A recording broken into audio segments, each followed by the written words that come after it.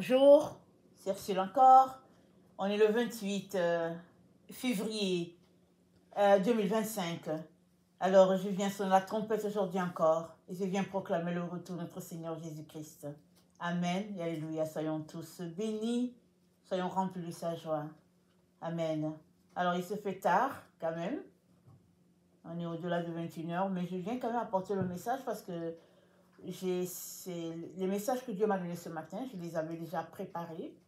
Mais ma journée s'est déroulée autrement aujourd'hui, si bien que je rends grâce à Dieu du fait que je peux apporter, n'est-ce pas, ce deuxième message avant que nous passons, n'est-ce pas, à un autre mois demain, n'est-ce pas.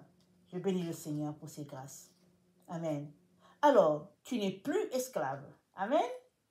Alors, on n'est plus esclave. J'espère qu'on est tous contents de savoir qu'on n'est plus esclave. Alors, Romains 8, le verset 12 nous dit « Ainsi donc, frères, nous ne sommes point redevables à la chair pour vivre selon la chair. Si vous vivez selon la chair, vous mourrez. Mais si par l'esprit vous faites mourir les actions du corps, vous vivrez. Car tous ceux qui sont conduits par l'Esprit de Dieu sont fils de Dieu. Et vous n'avez pas reçu un esprit de servitude pour être encore dans la crainte. Mais vous avez reçu un esprit d'adoption par lequel nous crions Abba Père. L'Esprit lui-même rend témoignage à notre esprit que nous sommes enfants de Dieu. Or, si nous sommes enfants, nous sommes aussi héritiers. Héritiers de Dieu et co-héritiers de Christ, si toutefois nous souffrons avec lui afin d'être glorifiés avec lui. Amen. Alors c'est ça. Nous ne sommes plus esclaves. Et c'est dit que au verset... attendez. C'est dit au verset 17.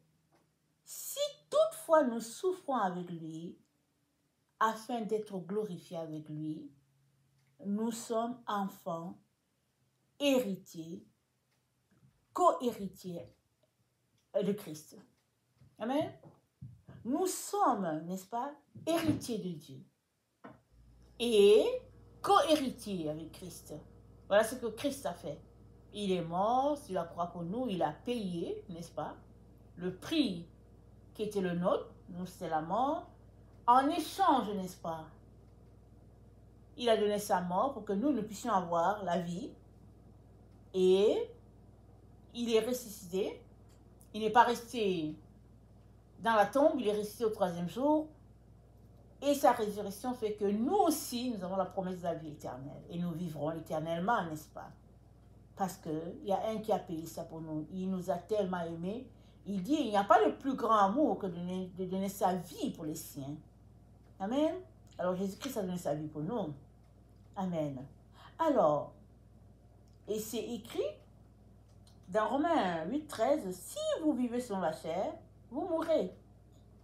Mais si par l'esprit vous faites mourir les actions du corps, vous vivrez. Donc, on doit faire mourir les actions du corps. Et c'est quoi notre corps? Notre corps, c'est une boîte. Amen. Parce que toi, là, tu n'es pas la boîte là que tout le monde voit. Tu es un esprit qui a une âme et qui vit dans un corps. Donc, on te voit, alors on dit, ah, mais voici Gabriel. Et puis on dit, ah non, mais c'est Gaël. Et puis, mais au fait, c'est juste la boîte qui est là. Toi-même, tu vis à l'intérieur. Et puis, toi-même, tu le découvriras le jour où tu ne seras plus dans ton corps mortel.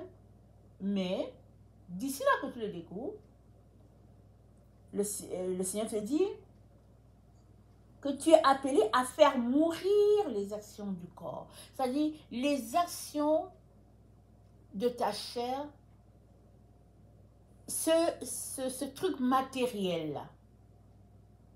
Et les actions que ta chair a, ce sont des envies qui ne sont pas les envies de Dieu. Et Dieu nous dit de faire mourir. Et comment on fait mourir quelque chose? Plusieurs se posent cette question. Je dis, mais moi, je ne sais pas comment faire. Surtout, on est dans un temps où les gens disent que, mais oui, c'est ton droit. On dit que oui, c'est ton droit. Tu veux faire quelque chose de mauvais. On dit, mais oui, c'est le droit, tu as le droit. Tout le monde va acclamer pour dire que non, mais c'est ton droit, c'est ton droit. Mais le passage nous dit, faire mourir la chair, c'est donner à l'esprit de vivre. Et on fait mourir comment? On refuse ce que notre corps veut. On refuse ce que nos envies veulent. Souvent, quand on a l'argent, on est là, et puis il y a l'hiver, la neige, et tout, on regarde dehors, tout est blanc, et puis on dit, j'ai vraiment envie d'aller à Cuba. J'ai vraiment envie. On a l'argent, le compte bancaire est fourni.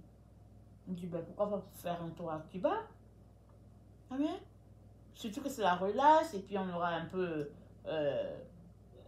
de soleil, on aura la plage, et puis on va un peu se bronzer, et puis etc., etc. Mais ça, c'est une envie de la chair. C'est qui t'envoie à Cuba? C'est toi-même, c'est pas Dieu. Si Dieu t'envoie à Cuba, il n'a pas besoin d'attendre, n'est-ce pas, l'hiver ou quoi que ce soit. Il va te dire, ouais, voilà, Gabriel, j'aimerais que tu ailles à Cuba pour faire ceci, pour faire cela, et puis j'aimerais que tu ailles tel jour, et puis tout ça. Et puis voilà, les moyens pour y aller et tout.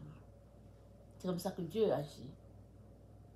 Mais si tu es là, sur un coup de tête, tu dis, ben tiens, je m'en vais à Cuba, tiens, je m'en vais au Japon, je peux voyager, et puis ça, c'est les actions de la chair.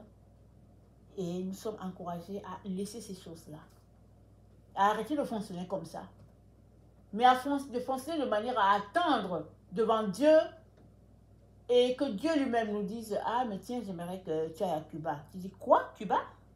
Mais non, Seigneur, je ne veux pas aller à Cuba. Il dit, mais oui, je veux que tu ailles à Cuba. Je veux que tu ailles à Cuba. Amen. Et c'est dit, nous sommes au verset 14 de Romains 8. C'est dit, ceux qui sont conduits par l'Esprit de Dieu sont fils de Dieu. Le passage veut dire que si tu te réclames d'être le fils de Dieu, alors ça veut dire que c'est l'Esprit qui te conduit, ce n'est pas toi-même. Si tu dis que je suis fils de Dieu, tu es en train de dire que c'est l'Esprit qui te conduit. Mais si tu dis que tu es fils de Dieu et que ce n'est pas l'Esprit qui te conduit, que c'est toi-même ou bien c'est quelqu'un d'autre qui te conduit, alors ça ne marche pas. Amen. Ça ne marche pas. Et au verset 15, c'est dit, vous n'avez point reçu un esprit de servitude. Ça veut dire que l'esprit de Jésus-Christ, ce n'est pas un esprit qui est esclave de quelqu'un. Une fois que tu donnes ta vie à Jésus-Christ, une fois que tu l'acceptes, tu reçois, n'est-ce pas, le Saint-Esprit aussi en toi. Tu reçois Dieu le Père, tu reçois Dieu le Fils, tu reçois le Saint-Esprit.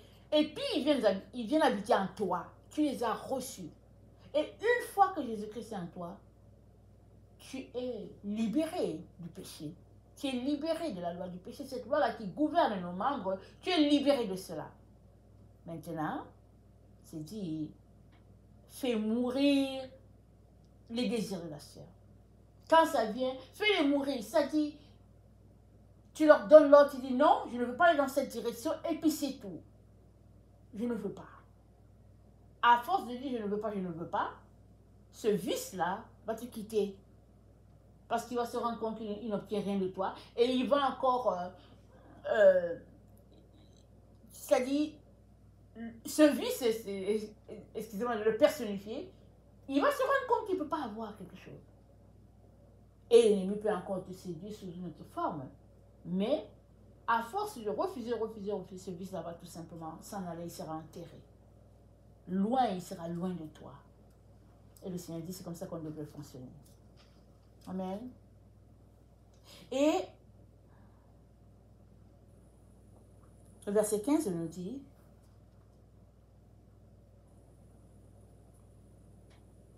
le verset 15 nous dit, notre esprit qu'on a reçu là, C'est l'esprit d'adoption. Nous sommes adoptés dans la famille de Dieu. Avez-vous déjà vu les familles qui adoptent un enfant? Ils ont tellement désiré l'enfant, ils l'adoptent. Et puis l'enfant vient et puis ils disent que bon, ok, on t'a juste adopté, mais tu ne fais pas partie de notre famille. Avez-vous déjà entendu quelque chose comme ça? Dieu dit, il nous a adoptés. Nous sommes au même titre que Jésus. Voilà comment son amour s'étend jusqu'à nous. Et sur cette base-là, on ne peut pas encore continuer de marcher dans la chair, dans la séduction, dans tout ce que Dieu n'aime pas. Notre reconnaissance devrait nous pousser à dire, tiens, il fait tellement pour moi que non, je ne veux pas le décevoir. Je ne veux pas l'offenser. Je veux me garder, je veux m'abstenir de ceci, de cela, et puis ceci.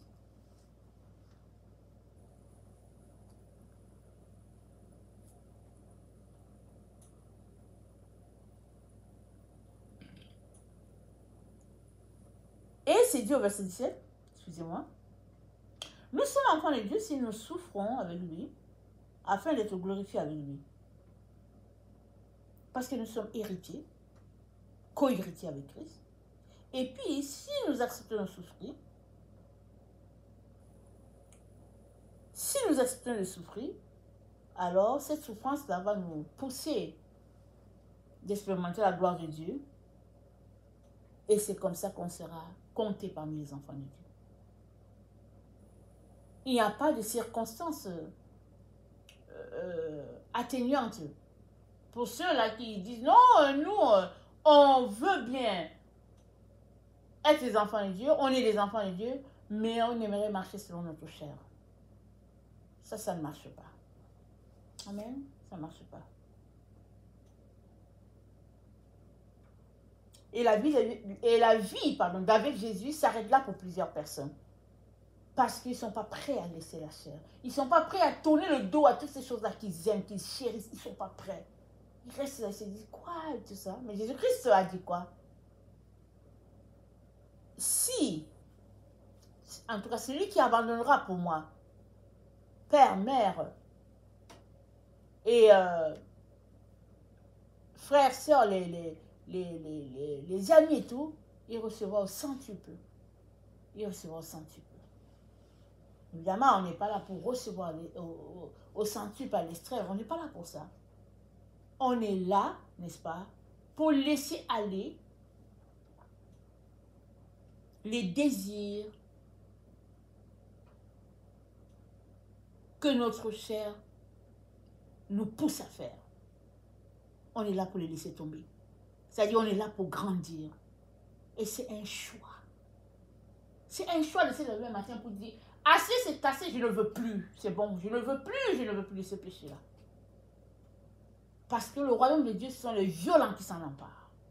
Alors, tu es pris dans un péché, mais que fais-tu pour sortir de ce péché?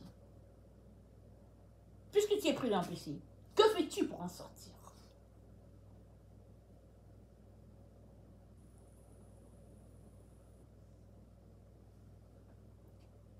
Romains 8, le verset 19 dit, la création attend-elle avec un ardent désir la révélation des fils de Dieu? Car la création a été soumise à la vanité non de son gré, mais à cause de celui qui l'y a soumise. Avec l'espérance qu'elle aussi sera affranchie de la servitude, de la corruption, pour avoir part à la liberté de la gloire des enfants de Dieu. Or, nous n'avons que jusqu'à ce jour la création, or nous savons que jusqu'à ce jour la création tout entière soupire et souffre les douleurs de l'enfantement. Et ce n'est pas elle seulement, mais nous aussi qui avons les prémices, de l'esprit, nous aussi nous soupirons à nous-mêmes en attendant l'adoption, la rédemption de notre corps. Nous attendons la rédemption de notre corps. Or, nous sommes là encore vivants, en train de marcher à nos pieds. Nous attendons la rédemption de notre corps. Pardon. Voilà pourquoi, au lieu de nous concentrer sur ce qui distrait, laissons plutôt l'esprit prendre contrôle de notre vie afin que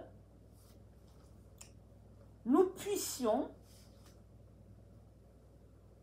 satisfaire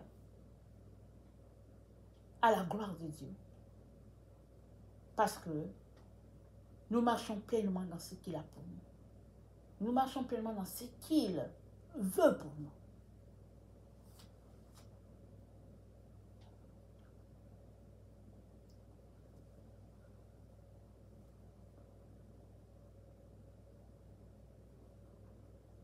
Le verset 22 de Romains 8 parle de douleur de l'enfantement. Ça veut dire que les souffrances, n'est-ce pas, par lesquelles nous passons, si on peut le résumer, c'est ça les douleurs de l'enfantement. C'est des souffrances, n'est-ce pas, souvent, qui viennent chercher l'humain.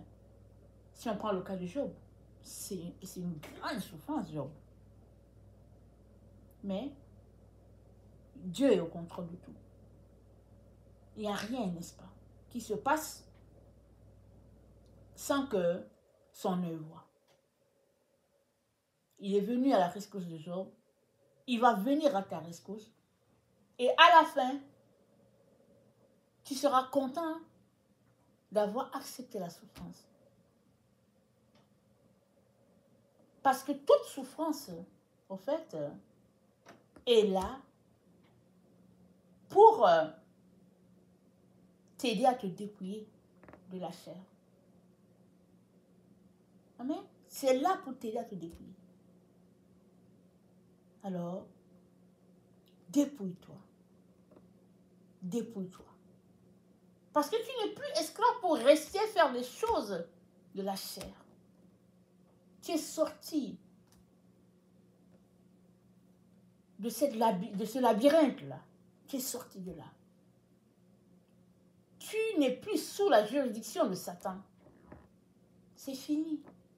Jésus a payé pour cela. Alors, que fais-tu à toujours retourner avec lui? Que fais-tu toujours à retourner sur le chapiteau de Satan? Que fais-tu? Jésus t'a libéré. Tu n'es plus esclave. C'est le temps de dire Alléluia, Amen, je ne suis plus esclave. Amen. C'est le temps de le célébrer, dire je ne suis plus esclave. Maintenant que tu sais, ok, arrête-toi pour savoir c'est quoi encore en toi qui est sous la juridiction de Satan. Qu'est-ce que tu fais qui donne avantage à Satan sur toi? Qu'est-ce que tu dis qui donne avantage à Satan sur toi? Ôte cela et ta vie, tout simplement, sera consacrée à la gloire de Dieu. Ôte cela. Et mets ton temps, ton énergie, n'est-ce pas, à marcher par l'esprit. Parce que c'est ça que Dieu veut. C'est ça qu'il demande. Tu ne peux pas en même temps dire que tu marches avec Jésus et en même temps être esclave de l'ennemi. Tu ne peux pas. Et si tu as choisi Jésus, alors vas-y jusqu'au bout avec Jésus. Ne te limite pas en cours de route pour dire que moi je suis fatiguée de cette histoire, je ne sais pas quand est-ce que les choses vont s'arranger et puis c'est compliqué. Non, non, non. Non, pas du tout.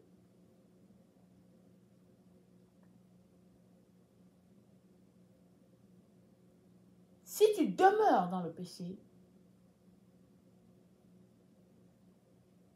tu auras la difficulté, n'est-ce pas,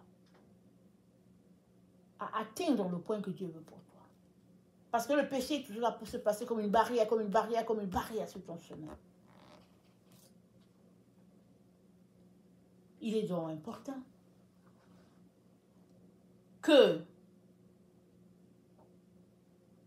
tu décides de mener la vie des non-esclaves. Et cette vie-là, c'est la vie de Jésus. C'est cette vie que Jésus offre. Une vie où c'est Dieu qui contrôle tout, dans les plus petits détails.